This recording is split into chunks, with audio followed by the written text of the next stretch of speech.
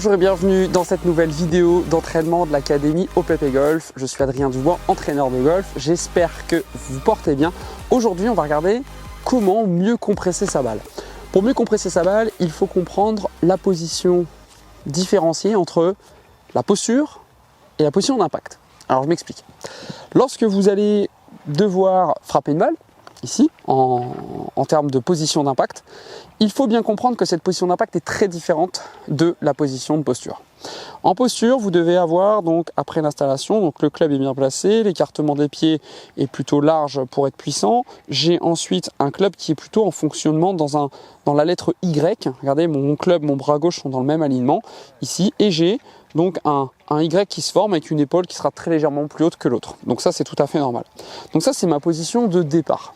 L'objectif, c'est que lorsque vous frappiez une balle pour la compresser, il faut que la tête de club arrive en phase de descente, mais surtout que le loft reste encore fermé. Et ce qu'on voit chez la plupart des joueurs amateurs, c'est que le loft est en phase d'ouverture. Donc si j'ai en fin de compte un club qui descend et une phase d'ouverture, je vais mettre une balle au plafond, elle va monter, je vais perdre de la distance. Si et éventuellement je remonte aussi sur la balle, je la prends donc en phase montante, c'est-à-dire que mon point est descendant à bien avant la balle, je la prends en phase montante, je vais rater le contact, je vais la toucher tout en bas, ça va être horrible, je vais faire des tops et des grattes, les sensations vont être très moches malheureusement et vous n'aurez plus envie de retourner au practice et sur le parcours, alors qu'à l'inverse, si je la prends dans la phase de descente, ici je la prends en phase descendante, j'ai de grandes chances de pouvoir la compresser. Mais il faut la compresser, comme on l'a dit, avec un loft, donc une orientation de face, qui arrive correctement placé, donc mon bout de grip est très légèrement en avant de ma tête de club. Donc l'idée c'est quoi? C'est que entre la position de départ et la position d'impact, je dois avoir ici des hanches qui tournent, un loft en sensation qui se ferme un peu plus, et j'ai un poignet en fait, un dos de main, et ça c'est très important, voilà l'idée de cette vidéo et du concept, c'est que je dois avoir le dos de la main qui est plutôt dans le prolongement de mon avant-bras, d'accord? Et ce qu'on voit chez tous les joueurs amateurs, c'est plutôt un poignet en fait qui recule ici, un poignet qui s'oriente vers le ciel, un loft qui s'ouvre, et en fin de compte, j'ai un club en fait, regardez, qui est plutôt en retrait, le bout du grip est en retrait par rapport à ma tête de club, et malheureusement, alors là c'est top, gratte, etc. Donc l'objectif, c'est de vous retrouver dans cette position à l'impact. Donc là, ce que vous faites déjà devant la caméra, vous pouvez très bien le faire en même temps que moi, vous vous positionnez, vous êtes devant un miroir ou votre vidéo, ok, je me positionne, j'avance un peu le shaft, mais je fais attention à une chose, c'est qu'au sol, je garde le bord de la face, donc l'arête, on dit en anglais la landing edge, cette arête-là, je la laisse contre le sol, ici, pour pouvoir pousser et sentir qu'il y a une pression. Et dans cette pression, je sens que là, je place mon grip de telle façon à avoir ici le dos de la main bien placé.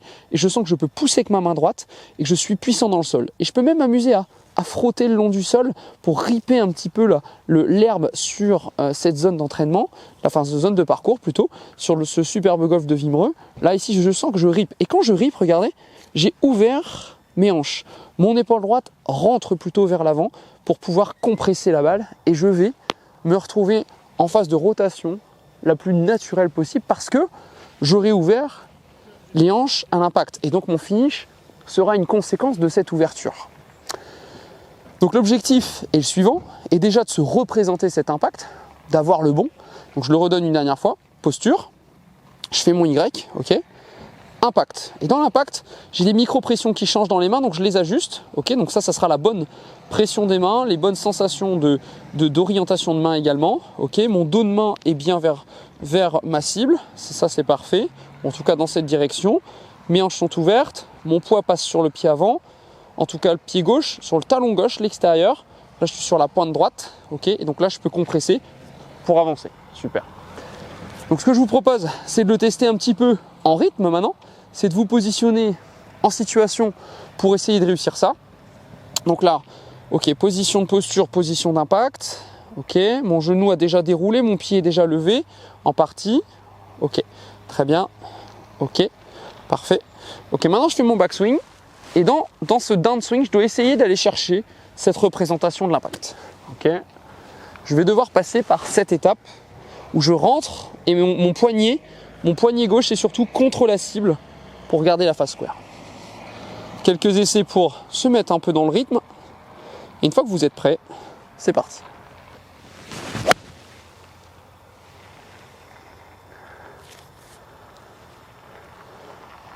Ok, donc là sur cette frappe, elle est partie beaucoup plus basse puisque mon loft est resté fermé et la balle, qu'est-ce qu'elle a fait? En fait, elle est montée en escalier.